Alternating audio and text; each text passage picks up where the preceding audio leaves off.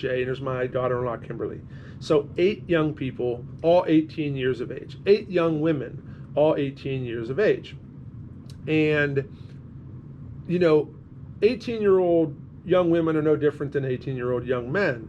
We live in a cell phone society and a cell phone age, and we live in a time now where you can have any information you need at the palm of your hand. And that's a good thing and that's a bad thing. But, you know, young people are very in tune with that. Young people are very reliant on that. And that's just the world we live in. You know, I hear these comments, oh, these young people are always on their phones. Well, imagine that you were born in a time and you experienced 18 years of your life that cell phones were always a part of. You know, for people my age, I can remember when there were no cell phones. So I can relate both ways. Young people nowadays, they don't ever remember a time where there weren't cell phones. You know, so take it easy on them. You know, teach them how to manage that. Teach them how to share time with the cell phone and conversations. What were you going to say, honey? I was just going to say that we see plenty of grown people Sure. on their cell phones Sure. also all the time. So take it easy on the kids. Oh. We sit at restaurants and we look across the aisle from us and there's 4 adults Just last Friday. all sitting heads down on their Yeah. cell phones. Zero conversation going on. They were a little older, so I think they were playing the bingo app. So when you see a kid on their cell phone, you have to say, let me turn it around Sure. and look at Sure. some grown folks too. Yeah, absolutely. I mean, I think we got to cut them some slack, and I think you know if you want a kid to not spend as much time on their cell phone, then engage with them. Give them something else to do. If you give a young person something else to do that's interesting and it's fulfilling for them, they'll do it, but you have to engage with them. So I don't want to get off topic from it. We're at the restaurant. There's 8 young ladies, Coach Jay and I.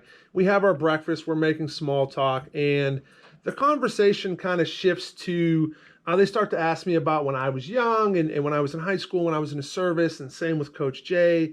And they're asking me about my son and his path and how I met my wife and things of that nature. And this conversation, you know, takes on a life of its own where it becomes very interactive with these young ladies. And, you know, we're just learning about each other and about Coach Jay and about Kimberly and about all these different girls who are there. And I just so happen to look at my watch, and 2 hours has gone by that we've been at this restaurant, and the patrons have come and gone. There's all different faces in there. And a very humbling thing I noticed was none of these young people, not myself, not Coach Jay, none of us during that 2 hours and 10 minutes ever looked at our phones. We never looked down at our phones. We were just engaged in conversation that was positive, uplifting, kind conversation with one another. And Coach Jay says, you should have a podcast because nobody's looked at their phone once, and you're great at this. And you know, and the kids would say, yeah, Coach Sean, you're great at that. You should have a podcast, you know, because I used to give some epic pregame speeches. I mean, just epic. And, you know, one in particular comes to mind when I believe we were at Newton Falls, not this past year, but the year before. Coach Bree was sick, so it was just Coach Jay and I. I think we may have gone on a 5-0 run when Coach Bree was out. Coach Bree, no knock on you, Coach Bree. Did you hear that, 5-0 Coach run. Bree? It's what it is, 5-0 run. I mean, I'm a peacock. You got to let me fly. So we're at Newton Falls, and I give this speech. You know, they had these signs all over the wall about they're going to beat these kids, blah, blah, blah, and kind of like poking fun at our kids. So, I wanted to fire our kids up, so I give them this really epic pregame talk, and there was a little profanity mixed in with it, and that is the one thing that I do want to bring up. Listen, I'm an ex-U.S. Navy sailor. I work at a pipe and tube mill. Unfortunately, profanity is a part of my vocabulary.